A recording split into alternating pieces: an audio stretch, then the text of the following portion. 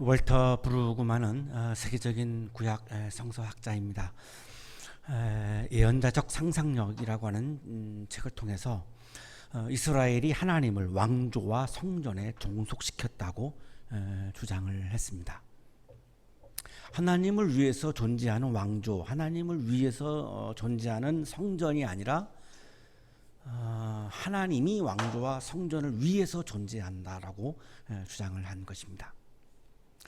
모세의 비전은 하나님을 중심으로 하는 하나님의 나라였습니다. 그래서 모세가 받은 십계명도 하나님 나라의 법을 받았습니다.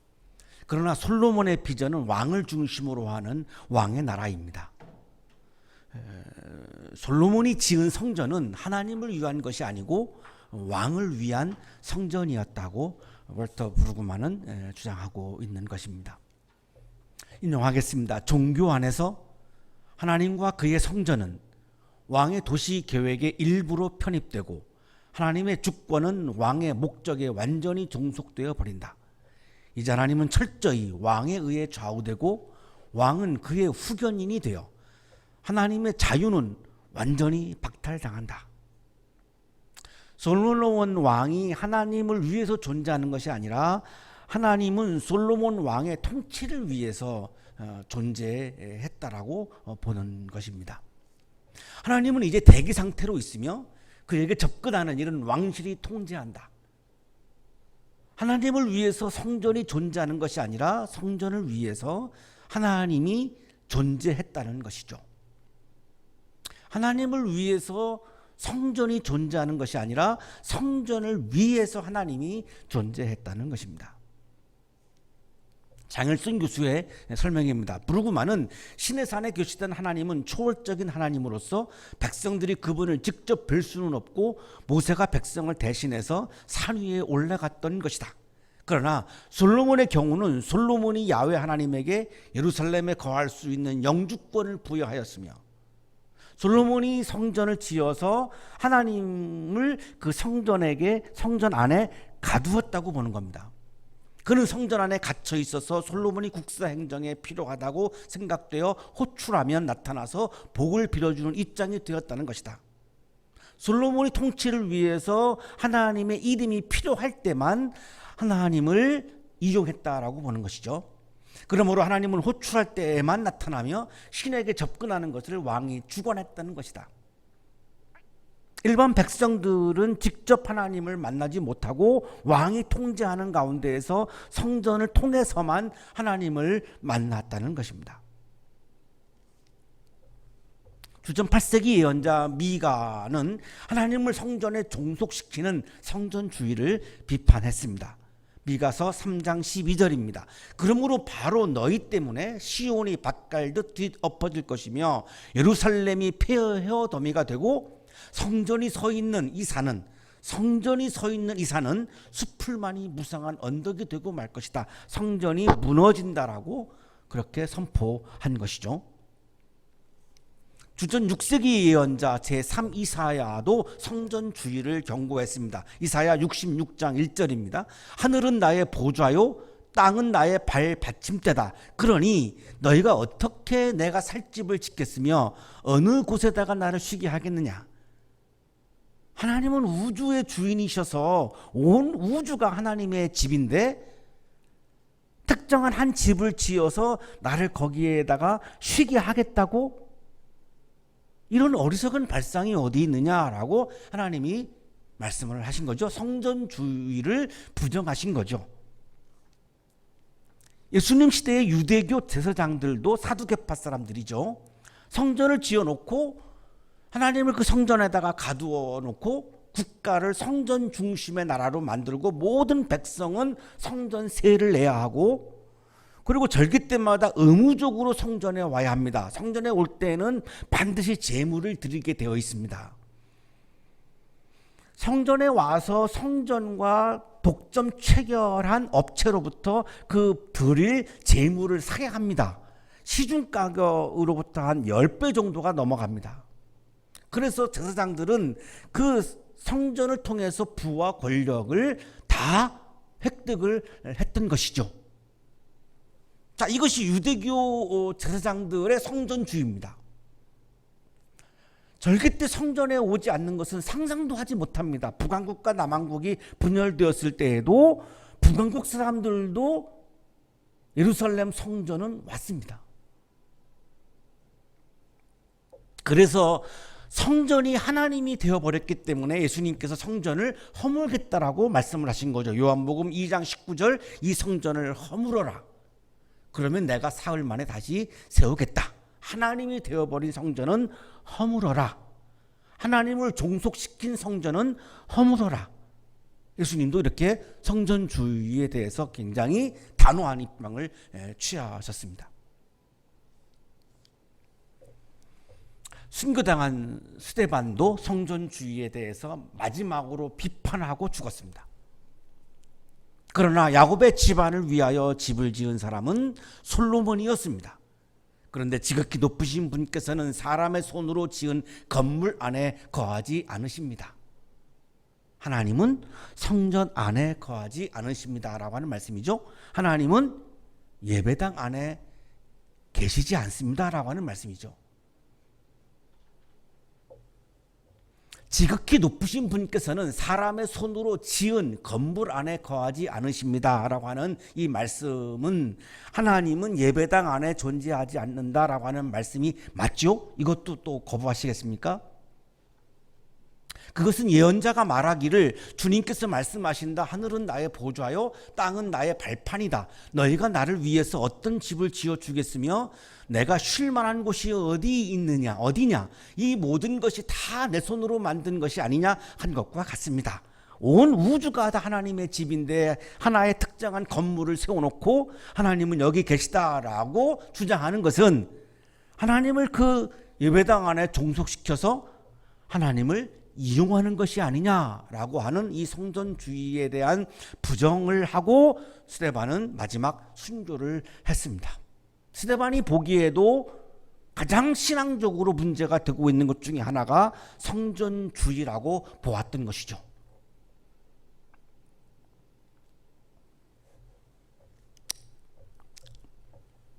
오늘의 성서일과는 하나님을 성전에 종속시키고 성전이 하나님이 되는 성전주의에 관한 말씀이 오늘의 성서일과입니다.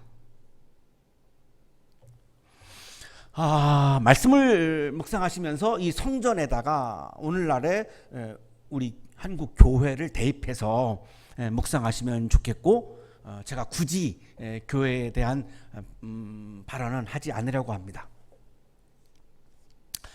히브리인들은 이집트 430년 동안 노예로 살았습니다. 노예로 살아가는 것은 인간성이 다 파괴된 거죠. 인간이 아니죠. 비인간적인 거죠. 그 말은 다시 말하면 하나님이 주신 하나님의 형상을 잃어버린 것입니다. 노예는 하나님의 형상이 아니죠. 하나님의 베찰렘 엘로힘, 하나님의 이미지가 아닌 거죠. 그래서 하나님께서 430년 만에 히브리인들을 출에집트를 시키신 겁니다. 하나님의 형상을 회복시키기 위해서, 자유를 회복시키기 위해서. 그렇다면 하나님은 사람이 사람을 지배하는 것을 거부하시는 거죠. 그건 하나님이 좋아하시는 것이 아닌 거죠. 이집트에서 히브리인들이 430년 동안 노예로 살다가 보니까 이집트의 문화와 이집트의 종교 그리고 노예의 삶이 그냥 일상이 되어버렸습니다. 430년 동안 그렇게 살았는데 어떻게 그것이 습관이 안 되고 일상이 안 되겠습니까? 하나님께서 이것을 해결하지 아니하면 하나님의 형상을 회복할 수 없기 때문에 가나안 땅으로 인도하시면서 시내산에서 멈추게 하시고 많은 법들을 주십니다. 그 중에 하나가 십계명이고요. 십계명 외에도 많은 법들을 주십니다. 그 법은 가나안 땅에서 살아가는 새로운 나라의 법인데, 그 새로운 나라는 왕이 사람을 지배하는 왕정의 나라가 아니라, 왕정 나라의 법이 아니라 하나님의 백성으로 살아가는, 하나님이 통치하시는 하나님의 나라로 백성으로 살아가는 하나님 나라의 법을 주신 것이죠. 모세는 철저히 하나님 중심의 하나님의 나라를 지향했음을 확인할 수 있습니다. 그래서 십계명을 주시면서 하나님 이렇게 말씀하신 거죠. 출애굽기 20장 2절입니다. 나는 너희를 이집트 땅 종살이하던 집에서 이끌어낸 주 너희의 하나님이다. 이거를 밝히시고 십계명을 주신 겁니다. 종살이는 하나님의 형상이 아니고 하나님이 원하시는 것이 아니니까요. 그래서 히브리인들은 가나안 땅에 들어갔고 왕을 세우지 않았습니다.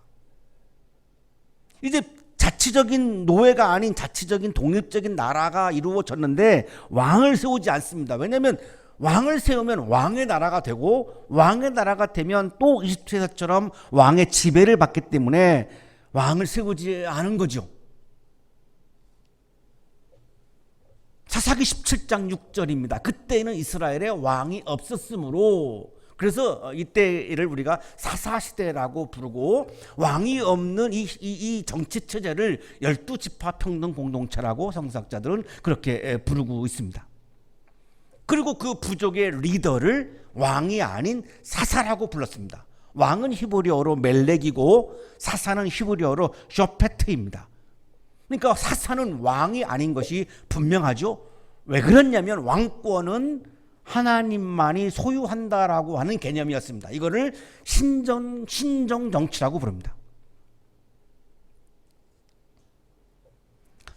많은 사사 중에 우리가 잘 알고 있는 기드온 전투로 유명한 기드온이라고 하는 사사가 있습니다. 이 사사기 8장 23절에 나오는 기드온 사사의 이야기입니다. 그러나 기드온은 그들에게 말하였다. 나는 여러분을 다스리지 않을 것입니다. 나는 여러분을 다스리지 않을 것입니다. 왜? 내가 다스리면 하나님의 다스림을 받지 못하니까 나는 여러분들을 다스리지 않겠습니다. 나는 왕이 아닙니다. 나는 사사입니다. 라는 정체성을 분명히 밝히고 있는 거죠. 나의 아들도 여러분을 다스리지 않을 것입니다. 오직 주님께서 여러분을 다스리실 것입니다. 하나님만이 왕이시고 우리의 임금은, 우리의 왕은 유일하게 하나님만 우리들의 왕입니다라고 하는 고백을 했던 것이죠. 자, 그런데 이런 상황에서 히브리인들이 사무엘에게 왕을 요구합니다. 사무엘상 8장 6절 7절에 그 왕을 요구하는 장면이 나와 있습니다. 그러나 사무엘은 왕을 세워 다스리게 해달라는 장로들의 말에 마음이 상하여 주님께 기도를 드렸더니 주님께서 사무엘에게 말씀하셨다. 백성이 너에게 한 말을 다 들어주어라. 그들이 너를 버린 것이 아니라 나를 버려서 자기들의 왕이 되지 못하게 한 것이다. 히브리인들이 너에게 지금 왕을 요구하는 것은 너를 버린 것이 아니라 하나님, 나를 버린 거다. 내가 왕이 되지 못하게 하고 사람이 왕이 되어서 그 왕이 너희들을 다스리고 싶어서 지금 나를 버리고 있는 것이다 라고 하나님이 이렇게 분명히 왕정에 대해서 굉장히 부정적으로 말씀을 하셨고 굉장히 아픈 마음으로 말씀을 하신 거죠.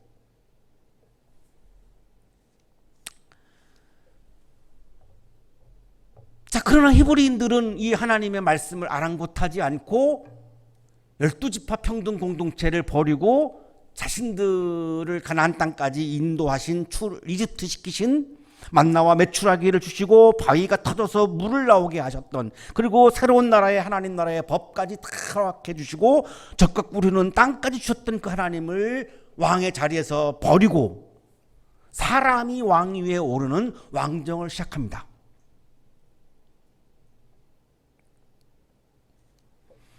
1대 왕이 사울입니다. 2대 왕이 다윗이고 3대 왕이 솔로몬입니다. 솔로몬 때에 북왕국 남왕국으로 나라가 분열되고 주전 922년에 분열이 되어지고 국력이 급격히 하락을 하고 북왕국은 아시리아에게 망하고 남왕국은 바벨론에게 망하게 됩니다. 예루살렘 성전은 다 폐화가 되고 맙니다.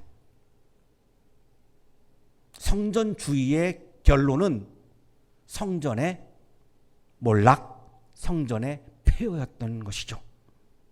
분명히 역사적인 팩트입니다. 성전주의의 결과는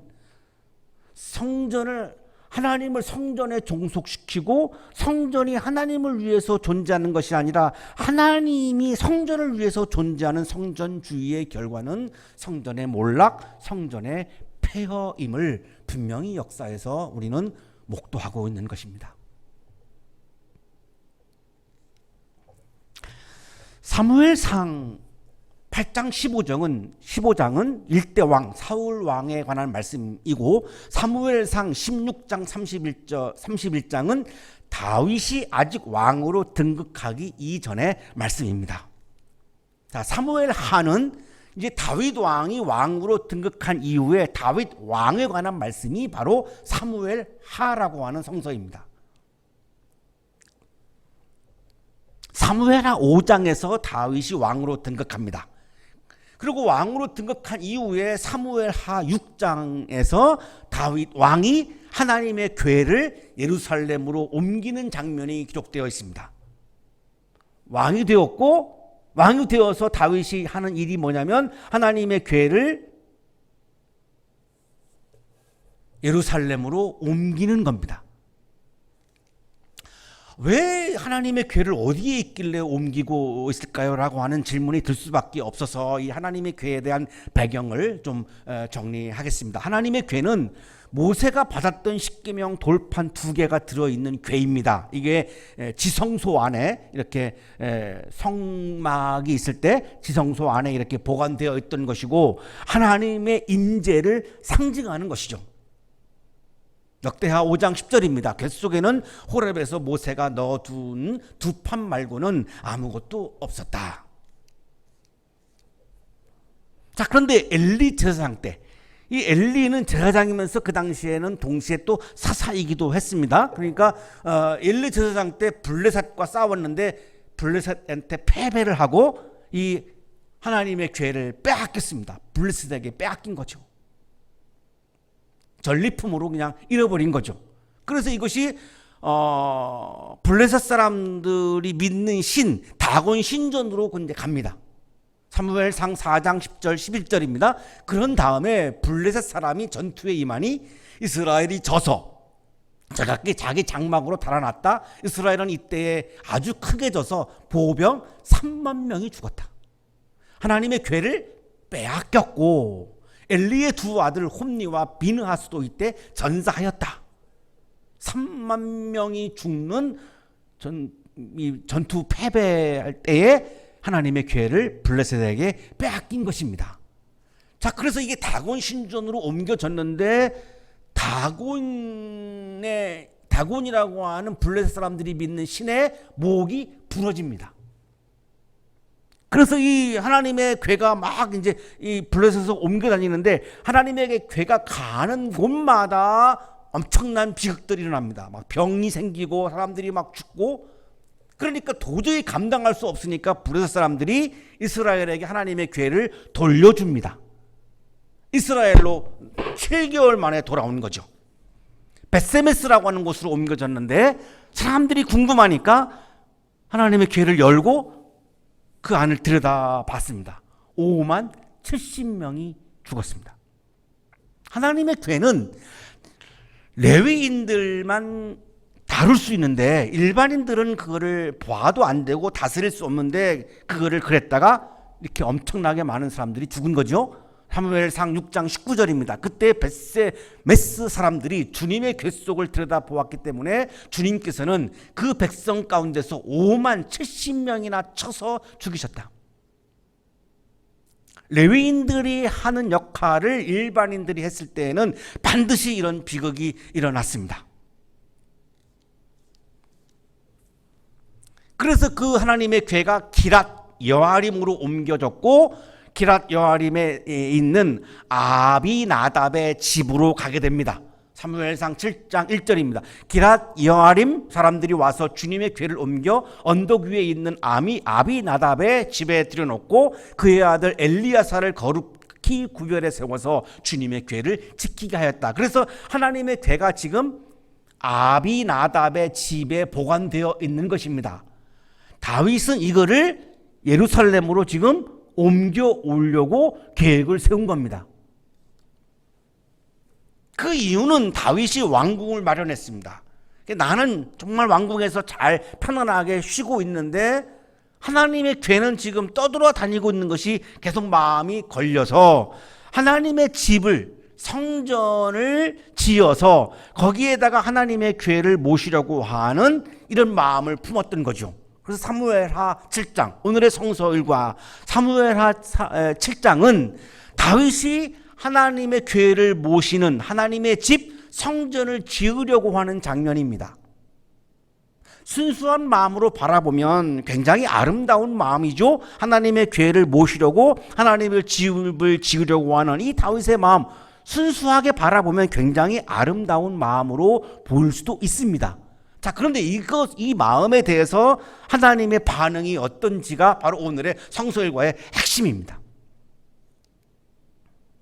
주님께서 사방에 있는 모든 원수에게서 다윗 왕을 안전하게 지켜주셨으므로 왕은 이제 자기의 왕궁에서 살게 되었다. 나라를 이루고 사울을 이어서 2대 왕으로 다윗이 등극을 했고, 그리고 가나안 땅에 들어갈 때 많은 원주민들과 충돌이 있었고, 가나안 지역 주변에 있는 나라들이 얼마나 이 이스라엘을 괴롭히고 침략해오고 하겠습니까? 굉장히 위태로운 그런 상황이었는데 하나님이 이스라엘을 다윗 왕을 안전하게 지켜주셨다는 거죠. 그리고 왕궁을 지었고 왕궁에서 아주 그냥 태평성대를 이제 누리는 쪽으로 이제 가고 있는 거죠. 분위기가.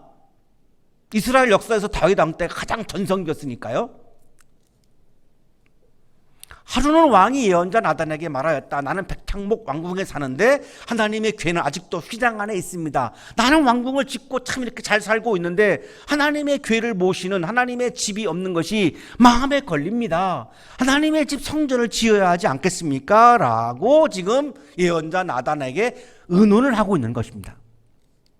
그랬더니 나단의 반응입니다. 나단이 왕에게 말하였다. 주님께서 임금님과 함께 계시니 가셔서 무슨 일이든지 계획하신 대로 하십시오. 내가 보니 하나님은 다윗 왕을 너무나 사랑하고 있고 다윗 왕을 안전하게 지켜주고 있고 하나님이 늘 다윗 왕과 함께하고 계시니 임금님이 하시는 일에 대해서 하나님은 다 기뻐할 것 같습니다. 라고 긍정적인 답변을 나단이 했습니다. 자, 그랬더니 밤에 하나님이 나단에게 나타나셔서 말씀을 하신 거죠. 너는 내 종 다윗에게 가서 전하여라. 나 주가 말한다. 내가 살 집을 내가 지으려고 하느냐? 내가 살 집을 내가 지으려고 하느냐? 자, 얼핏 봐도 하나님의 반응은 긍정적이지 않죠. 내가 내 살 집을 내가 지으려고 하느냐? 그러나 나는 이스라엘 자손을 이집트에서 데리고 올라온 날로부터 오늘의 이기까지 어떤 집에서도 살지 않고 오직 장막이나 성막에 있으면서 옮겨 다니며 지냈다. 나는 언제나 옮겨 다니며 지냈지 한 특정한 집에 머물지 않았다. 옮겨 다니며 지냈다라고 하는 것을 하나님은 지금 강조하고 있죠. 나는 옮겨 다니며 지내는 존재인데 내가 나를 한 특정한 집을 지어서 거기에다가 나를 가두려고 하니 지금 이런 하나님의 반응이죠. 하나님은 어떤 특정한 집에서 살지 않으십니다. 하나님께서 한 특정한 집에서 사시면 그 집은 엄청난 권위와 특권을 갖게 됩니다. 그 집 자체가 하나님이 되어버리고 말 것입니다. 이걸 우리는 우상이라고 부르는 거죠. 이 세상에 어떤 것이든 그것이 하나님이 되는 순간 뭐든지 그것은 다 우상이 되어버리는 거죠. 그래서 하나님은 한 특정한 공간에 머물지 않으시고 옮겨 다니며 지내신 것입니다. 하나님은 시간과 공간을 초월하여서 온 우주 안에 계시는 분임을 이렇게 표현하고 있는 거죠. 옮겨 다니며 지내신다. 온 우주 안에 어디든지 계시는 분이지. 한 곳에 계시면 다른 곳에 있는 사람들이 돌봄을 받을 수가 없지요. 옮겨 다니며 지내신다라고 하는 의미는 온 우주 안에 계시기 때문에 모든 사람들을 돌보고 계실 수 있는 것이지, 한 공간 안에 계시면 다른 공간에 있는 사람들은 은혜와 은총을 주실 수 없는 것이니까요. 이 얼마나 어리석은 겁니까? 성전을 지어서 하나님을 거기다가 가두면 전쟁터에는 하나님이 계실 수가 없지요. 이 얼마나 어리석은 생각입니까? 하나님의 존재를 특정한 집에 한정시키는 것은 하나님의 존재를 축소시키는 것이죠. 하나님의 영역을 축소시키는 거죠. 성전 안에 계시면 전쟁터에 함께 하시지 못하면 이 당시의 이스라엘은 위태한 나라입니다. 하나님을 성전에 종속시켜서 하나님을 자기 마음대로 이용하여 자신의 욕망을 이루려고 하는 것은 너무나 어리석은 생각인 것이죠. 하나님은 예배당 안에만 계시는 분이 아니라 온 우주에 계시는 우주의 주인이십니다. 어떻게 온 우주의 주인이신 하나님을 어떻게 한 공간 안에 가둘 수 있다고 생각하십니까? 불가능합니다. 그 자체가 불가능한 것이죠. 장일선 교수의 설명입니다. 야훼는 자유로운 분이기 때문에 건물에 매이지 않으시겠다는 것이다. 야훼는 이스라엘이 왕을 요구하는 것을 거절한 것처럼 다윗이 성전을 짓겠다는 것을 거절하신다. 놀랍지 않으십니까? 그래서 다윗 왕 때는 성전을 못 지은 것으로 우리가 잘 알고 있고요. 솔로몬 때 지었죠. 아이러니하게도 그 솔로몬 때 나라가 분열됩니다. 성전 짓는 것을 하나님이 기뻐했다면 솔로몬 때 나라를 분열하게 하시지 않았겠죠.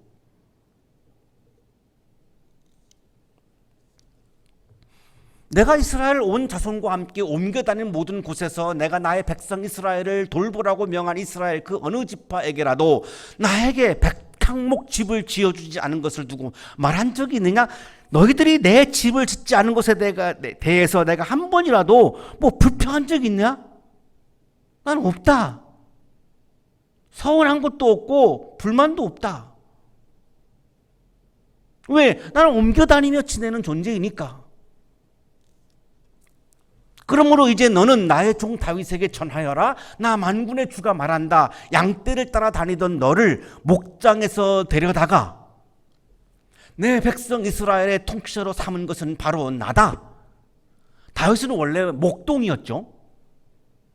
그 목동을 데려다가 하나님이 왕으로 세운 거죠.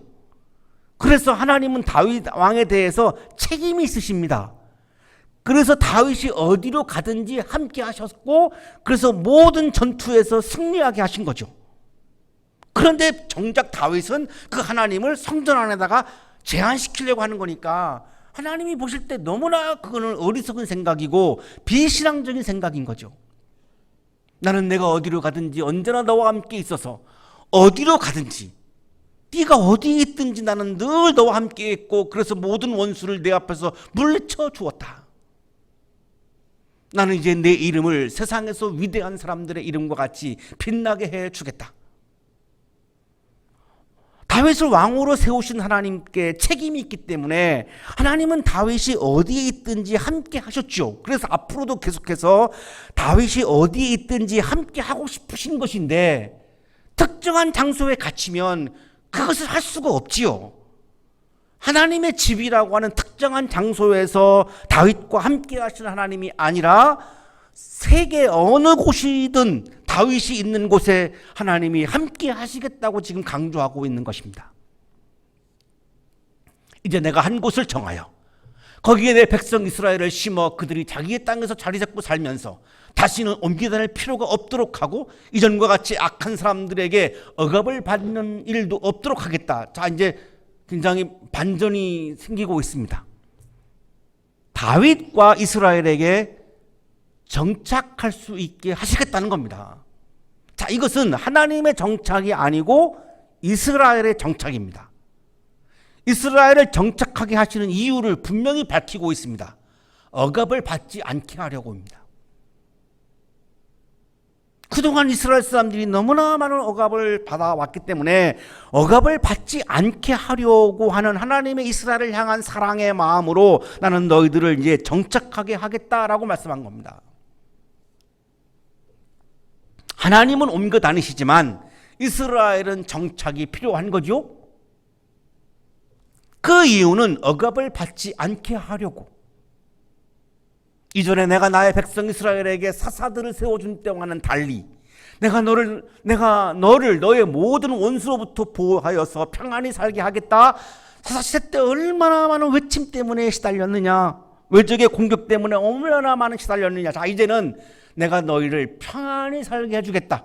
하나님의 관심은 성전을 짓는 것이 아니라 이스라엘 사람들이 평안하게 사는 것, 이것이 하나님의 관심입니다. 하나님이 원하시는 것은, 하나님이 기뻐하시는 것은 성전을 짓는 것이 아니라 이스라엘 사람들이 정착하여서 이제는 평안하게 사는 것임을 분명히 밝히고 있습니다. 그뿐만 아니라 나 주가 너의 집안을 한 왕조로 만들겠다는 것을 이제 나 주가 너에게 선언한다. 자, 다윗 왕의 가문을 이제 왕조로 삼겠다라고 하는 것입니다. 그 이유는 억압을 받지 않고 히브리인들이 평안하게 살게 하려고 다윗의 집안을 선택하신다는 것입니다. 내 집과 내 나라가 내 앞에서 영원히 이어갈 것이며 내 왕위가 영원히 튼튼하게 서 있을 것이다. 자, 두 번째 하나님의 관심이 나오죠. 하나님의 관심은 성전을 짓는 것이 아니고, 첫 번째 너희들이 평안하게 사는 것이다. 두 번째 너희들이 튼튼하게 세워지는 것이다. 이게 하나님의 관심입니다. 성도들이 평안하게 지내고 성도들이 튼튼하게 세워지는 것이 하나님의 관심이지, 큰 위험이 엄청나게 넘치는 큰 성전을 짓는 것이 하나님의 관심이 아님을 분명하게 말씀하고 있습니다. 하나님께 중요한 것은 하나님의 집 성전이 아니었습니다. 하나님의 정착이 아니었습니다. 이스라엘과 다윗이 억압을 받지 않고 평안하고 튼튼하게 세워지는 것이 하나님에게는 중요한 점이었습니다. 옮겨 다니시는 주님께서, 정착하지 않고 옮겨 다니면서 온 우주 안에 계시는 주님께서 우리가 억압을 받지 않게 하시려고, 우리를 평안하게 하시려고, 우리를 튼튼하게 세우시려고 우리를 향하여 오고 계십니다. 대림절기에 우리는 바로 그 주님을 간절하게 기다리고 있습니다. 오시는 주님을 만나셔서 억압받지 않고 평안하게 살고 튼튼하게 세워주시는 주님의 은총을 경험하는 대림절기의 삶이 되시기를 축복합니다. 기도드리겠습니다.